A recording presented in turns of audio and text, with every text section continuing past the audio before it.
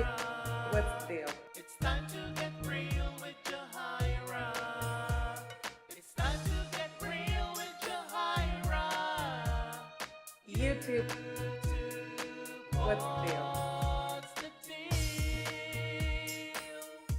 One love.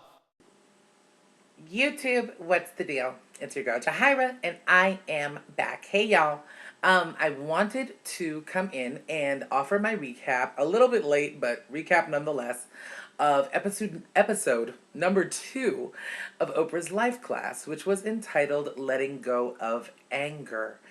This is something that I'm doing in conjunction with two phenomenal women, Tia Sexy Chanel and Diamond Styles of No Chokin'. And I'm happy to be standing alongside such greatness. I actually just finished watching both of their videos, and I will of course link y'all below. And please, when you have an opportunity, check them out. They're just incredible, insightful people, and I am thrilled to be counted amongst them. So jumping right into it, it was an amazing, transcendent episode of Oprah's Lifeclass last night, where Oprah used Terry McMillan and her former husband, Jonathan Plummer, to illustrate the act of letting go of anger. And of course, y'all know on Oprah.com, when you click on Oprah's Lifeclass and register, you get this whole comprehensive kind of setup situation where, as the show is going, you have an opportunity. There's a section on her webpage where you can take notes, and so I do that. I sit with my little laptop and I'm taking notes as I'm watching the episode, both for myself personally and so that I can have something to share with y'all. I think the first point I want to make actually happened after Oprah's Lifeclass. If y'all don't know, both, I believe, on Oprah.com, but definitely on Oprah's Lifeclass Facebook page, there's a live stream that goes on immediately after the life class goes off, where Oprah actually sits live with a special guest, answers people's questions, and talks about the subject at hand. And last night, Oprah's guest was world-renowned teacher, preacher, speaker, Iyanla Vanzant. And the first thing that came out of Iyanla's, the first thing that really struck home with me was that Iyanla basically alluded to the idea that there are really only two main emotions in this world: love and fear. Wow. And that anger was an offshoot of, or born from, fear. That struck a real chord with me, because even in my own notes, I did say, anger and fear often share a bed. I think all of us in some capacity are dealing with issues of anger, of unresolved anger, of anger that we're still working through. And I know that I am. And it's not, you see, I already started with the cigarette, right? Shouts out to the wonderful person in my last video who encouraged me to stop smoking. Y'all gonna have to hold on for just a mere moment, because I gotta find my ciggies. I'm sorry, y'all. It's always when you're making a video, the phone just won't stop. But anyway, so I find that the best way for me to kind of get this point across to y'all, because the Life Class series has thus far, although we're only 2 episodes in, been very deeply personal. I think it's universally relatable. I would like to bring to y'all my own experience in terms of dealing with anger and trying to resolve that anger and letting go of that anger and learning to forgive. And I've never told this story before. Certainly not to all of you that are going to view it, but not even amongst, very close friends of mine. But I would say the biggest issue I have in terms of dealing with anger has been my relationship with my father. And I'm going to try to condense this story, but yeah, let me just jump right into it.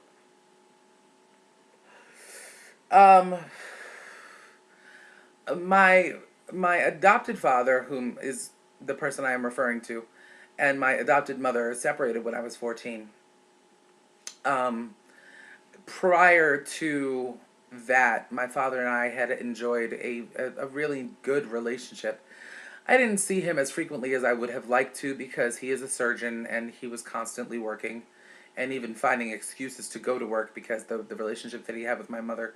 Um, while I didn't have a frame of reference to think that anything was wrong, in retrospect, I can look back and say it wasn't the best relationship that married couples normally enjoy. Um, but when we did see each other and when he would be able to spend time with me, it was always a really great experience. I cherished it. It was a wonderful, wonderful time.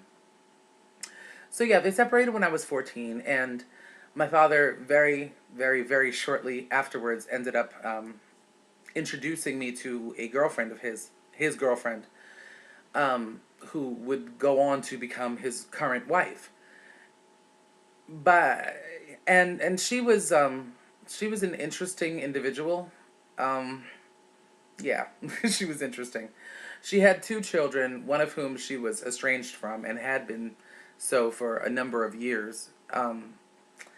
So fast forwarding to when I was 16, it was a couple of months before I began actively living my truth. An incident occurred between she and I, and something that was very minute to me apparently was a big deal to her, and so she made up in her mind that she didn't want to have anything to do with me.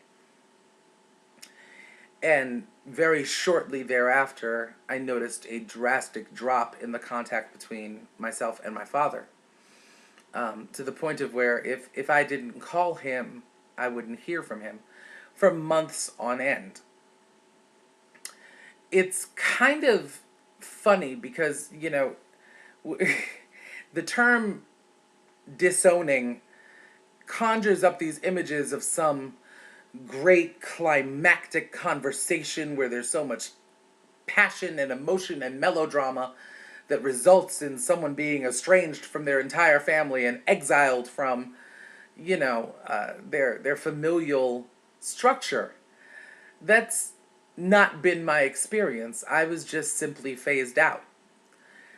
And so the first 3 years after I realized that I was no longer welcome in his life was spent by me actively trying to stay in contact with him and calling him up and making plans that would always fall through and hoping that the issue could be resolved between me and his girlfriend. And when I realized that it couldn't and that he wasn't willing to participate in the process that it would have taken to heal this rift, I would say, now I'm at 19, yeah, I would say about the next 9 years was spent in denial of the way that I felt. I took on this attitude that if he wasn't going to think about me, then I wasn't going to think about him, and that if he didn't want to be a part of my life, then that was his loss, and screw him. And I put on this very unaffected attitude. I dissociated from the reality of what had happened and how I felt about what had happened. And I did this, I think, with such verve that I really did believe myself. This whole out of sight, out of mind persona permeated every interaction that I ever had with my mother, and every time somebody would ask me about my father. And, and I kept it up. I kept it up. It was work. It was active work, but I did, maintain that visage of I'm just not bothered by this at all. Somewhere around 28, I want to say, is when it hit me that this thing had been done to me, and that it came about, and I will tell y'all this story. My paternal grandmother, whom I had always loved, well, okay, to backtrack a little bit, when my father, cut me out of his life, his entire family, and I mean first, second, third cousins stretching from the United States to France, you know, removed themselves, extricated themselves from my life. I mean, aunts, uncles, cousins, like, just the list went on and on and on. We're talking about 30 people that I had been raised under. You understand what I'm saying? So, my paternal grandmother was, of course, a part of that flock, but she was at a certain age where, when you're living in your, mid 80s into your 90s, you're dependent on others. So I never really faulted her for it. On her birthday, which was 2 days before mine and many, many years before mine, but our birthdays were 2 days apart, so to speak. My birthday's March 4th. Her birthday was March 2nd. I would call her on her birthday and I would say hello. And this is even after, like, as I'm going through my evolvement, we would speak. So when she finally passed away at, I want to say, 96 years old, I found out that she had died because my mother had been going. How morbid does this sound? My mother had been going through the obituaries in the newspaper and happened to stumble upon my grandmother's name. Nobody called me. Nobody contacted me. No one said anything to me at all. At all.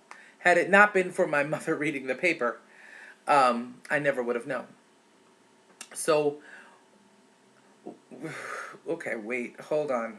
Wow, that almost came up out of nowhere. When she called me and she let me know, I called my father, and I said to him, how could you, even as a man, despite whatever you may think of me or I may think of you, how could you, as a man, not think to pick up the phone and call your child and tell your child that their grandmother has passed away?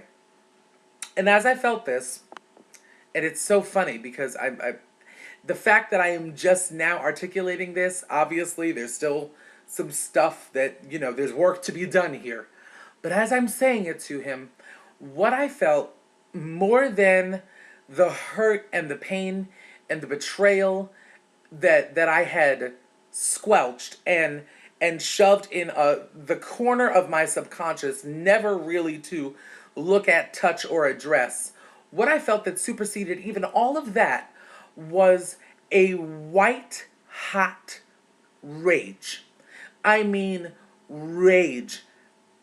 Anger does not even begin to summarize that feeling that came forth from me. And it has to be said that I am the kind of person who does not get angry easily. I don't. I sincerely don't. I will get hurt. I mean, I'll go home and weep. But anger is something I've always been slow to. It's never something that I've been able to deal with. It's never something that really, really comes up in me. But in that moment, on that phone, listening to this man, you know what I mean, just be so unaffected by this news that I had gotten and the way that I had gotten it. I mean, I was irate. I was seething in anger. And I ended up going to the funeral, and my relatives from that side of the family hadn't seen me in upwards of 13 years. And I think that most of them didn't recognize me. None of them spoke to me. None of them spoke to me. The only person that recognized me right off the rip was my father's wife. She had become his wife by that time. And guess who wasn't invited to the wedding? But yeah, she recognized me and she just tugged on his arm, whispered in his ear, and so then he knew I was there. But yeah, I mean, I got nothing from them. And after that experience, the anger that I felt, I don't think can ever be put into words. I had spent so much time and so much energy into not allowing myself to feel what the full weight of what had been done, that when I finally did, it really did kind of leave me floored. I really didn't know how to process that, or how to work through it. Or if anything, that, it was very clear that this was not going to be a situation that would be healed in terms of any level of interaction between myself and my father. So the issue then became, how do I heal for myself? Now, on the Oprah's Life class, she made this point that that I absolutely believe, and Chanel actually touched on in her video, that forgiveness is giving up the hope that the past could have been any different. I had to sit with that one for a second. I'm just going to say it again one more time for my own self's sake. Forgiveness is giving up the hope that the past could have been any different. It took a lot of introspection and a lot of soul searching and a lot of prayer to come to the knowledge that everything that happened between myself and my father was exactly the way that it was supposed to happen. And that if it could have happened any differently, it would have.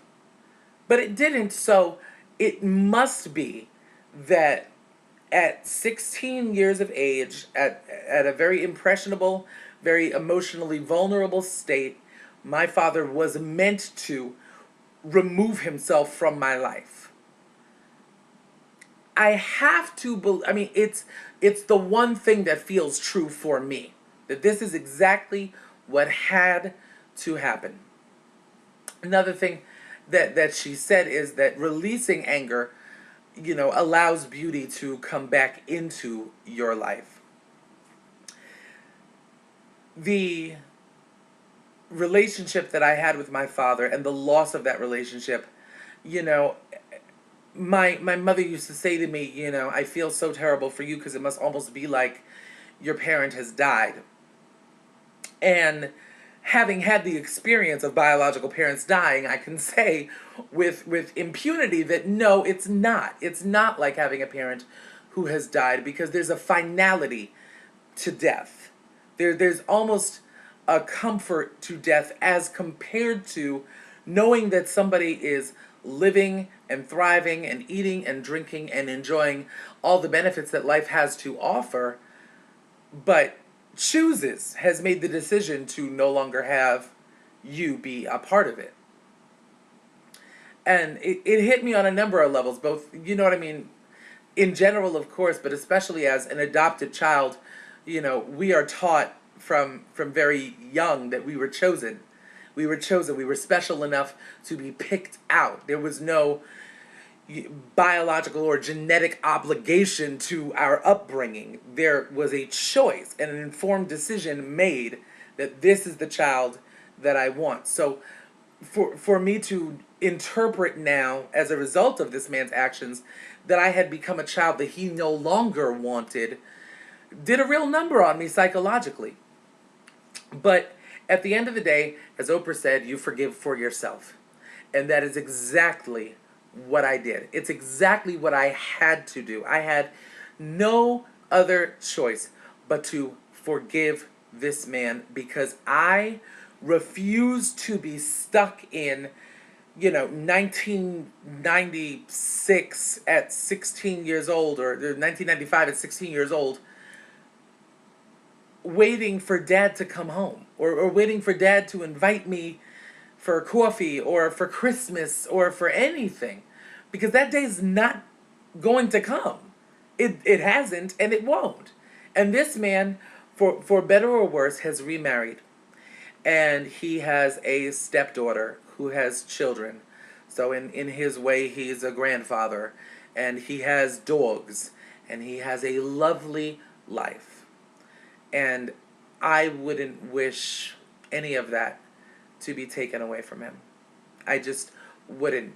It does me absolutely no good to hold on to the resentment of, literally 16 years ago. I'm 32 now. And I want to impress upon you the fact that whatever anger you're holding on to, whomever may have wronged you, I I want to see the day come where you are able to let that go. Not because whatever someone has done to you has now suddenly been justified or that it ever could be justified, but because you are deserving of the ability and the capacity to move forward in your own life. The anger that you hold on to towards anybody or anything is a tumor sitting in your chest that impedes you from experiencing all the fullness of joy that life can offer us. And as far as I've come in my own existence, at 32 years old, to be sitting here talking to all of you and living the life that may not be filled with luxury but is certainly filled with love, how can I fully appreciate any of that if I'm still stuck on this one man and his one action? I refuse to give anybody that kind of power over me. And I certainly encourage you guys to do the same. I absolutely do. Holding on to anger can set you back from living the life that you were born to live. Because if you are constantly stuck in the rearview mirror of your own existence and so fixated on this one incident or this one series of incidents that may have happened to you, you will never be able to see the beauty around you and the road ahead of you. You simply can't do it. Release it. Let it go. No, it's not a 10-minute process. No, it's not a one-day process. And yes, there will, there continues to be a part of me. Like when I hear his voice on the phone, does it dredge up old stuff? Does it dredge up old resentment? Yes. I am not reporting to you from a mountaintop in Tibet on a straw mat. I am not that motherfucking evolved. Let's just put it out there. Forgive my language, but that's the reality of the situation. I'm not. But I can encapsulate that emotion into that one moment and then let it go. Because for the 10 minutes that I might spend on the phone with this man, I have 23 hours and 50 minutes left to my day, which I choose to make fabulous. You understand where I'm going with this? Let it go. Let anger go. It does nothing beneficial to you or for you. It serves no purpose other than holding you back. And we are living in a time where we can't afford to hold back. I want, I deserve, I am entitled to all the good that surrounds my life. All of it, simply because I am here. And that is what I believe for my own self, and that is what I believe for you. So, with that being said, YouTube, I am out of here, but I will be back every single day this week, recapping Oprah's Life Class. I cannot wait. Y'all, let me get it for you. Tonight's episode, people, Lesson 3, you become what you believe. Major. And I know that my sisters, Diamond and Chanel, are going to go off on this topic. It is going to be incredible. Y'all, please continue to see Diamond, Danella. She's just so evolved and experienced with the computer that she can put our pictures up here, and I am not that technologically savvy, so I am putting the links to their channel below. And please, I'm not, you know what I'm saying, you're not doing me a favor, I'm doing you one. If you want to expand your consciousness and simply bear witness to two people whose intellect supersedes so many that I know and have amazing personalities and a true drive to affect change in their communities, in the world at large. I'm just enamored of both of them. Please go check them out on YouTube. So again, I will be seeing y'all incredibly soon after tonight's live class and the post live stream. Be looking out for me, and I will talk to y'all later. As always, babies, one love. Let it go. Let it go. Let it go.